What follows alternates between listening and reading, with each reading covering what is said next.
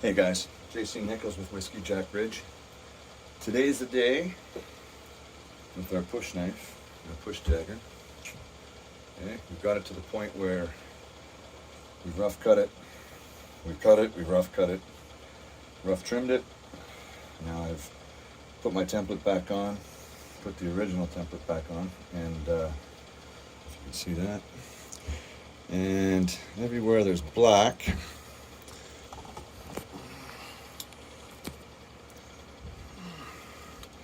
it's got to come off. So I've gotten it close so that the rest can be done fine-tuned with sanding, and then that's ready for a center line right there, and we're ready to put a blade on it, at least a half-ass blade until we heat treat it.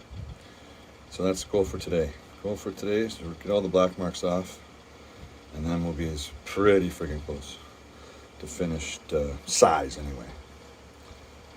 And we'll primarily be doing it with this belt sander, and maybe have to, well, there's going to be a little bit of hand sanding too, but maybe a little bit of Dremel work inside here. We'll see how things go. Well, obviously I'm not going to be able to get it on there, but sometimes I would use a bench grinder, but this is kind of, I don't have a fine enough wheel. So I'm using 120 grit, and that gives you a finish to about, if you can see that, right about there. It's not bad, and it's, I mean, I'm not doing the surface with that. That's just for the edges, and you're not going to see it there at all. And in here, this will all get 1,000 grit to, 5,000 grit if I have to get it satin finished. So today, get the black marks off, and maybe I might even drill some holes. See how far we get. I have a little bit of cutting oil left, so I might do that too. So with no further ado, I think right there would be.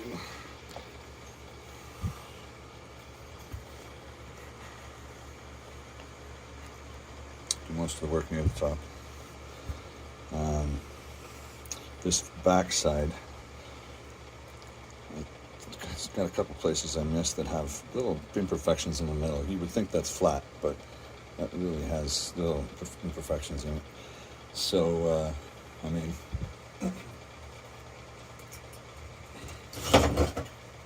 it was cut out of that.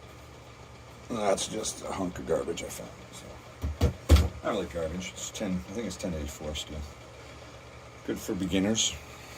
It's pretty forgiving as far as softness goes.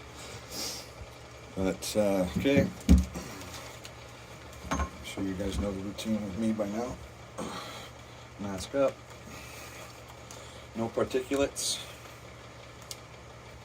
Stuff's not... on another note, if you don't want a lot of stuff flying around when you're doing any kind of metal sanding, all I do is I've got some fairly good-sized speaker magnets, which is what I also use when I want to do flat sanding.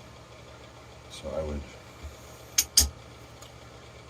I've still got one hand on it. It gives you a nice flat surface. But other than that, I stick a couple of them on the back of a piece of metal. So anything that does come out of here, I could do this almost in my office, and 95% of it gets collected on that. So it's actually kind of, I mean, my wife doesn't like it when I do it in the office, but she doesn't like it when I heat treat my knives in the stove either. Well, you just got to give and take, right? Good thing she doesn't watch my channel. That's a good thing.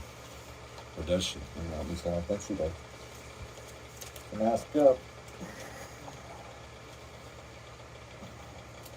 Smallest shop in the Quarters. Panorama.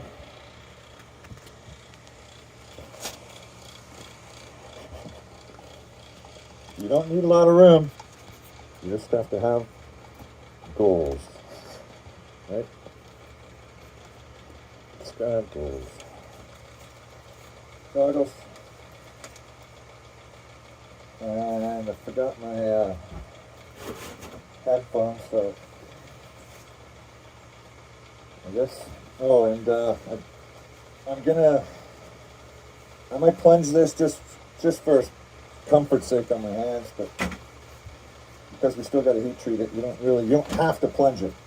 If it were already a tempered and heat treated metal, like if I was doing this out of a file or a skill saw blade, I would do it. I would plunge it every. I would work for 10 seconds, not even that, and then plunge or squirt it the entire time. It's got to be squirted. It's got to be kept cool, really cool. This can heat up a bit. Once I start taking this down and making it thin, because it's going to be a blade, a double-sided blade. Once the metal's thin, then I'm going to plunge it a lot more because I don't want it to go blue. That's bad. That's burnt, and then that has to be cut off. I think I discussed that in my last video. This is just a cheap Mastercraft belt sander. I use it all the time. Found it in a dumpster, actually. Most of my tools I found in dumpsters and fixed them up.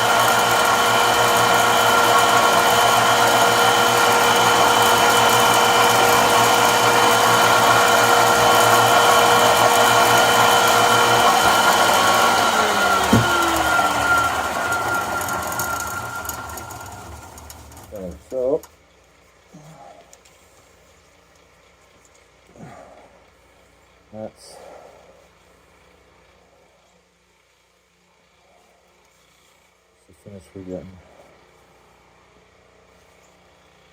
There we go. Nice and smooth, as opposed to not smooth.